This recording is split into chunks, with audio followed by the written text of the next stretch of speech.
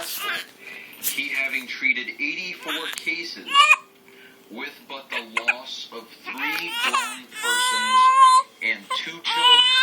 So is that to say that that's how many people died from this epidemic in the township?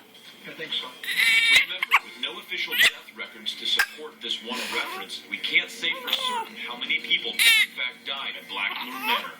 Unfortunately, we focus our search on the Estes family and discover something very interesting in the family's cemetery records. The earliest burial was a 5-year-old Rachel Estes who died in 1842.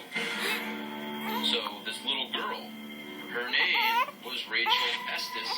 Now, where would Rachel Estes have lived in 1842? Probably on the Estes farm.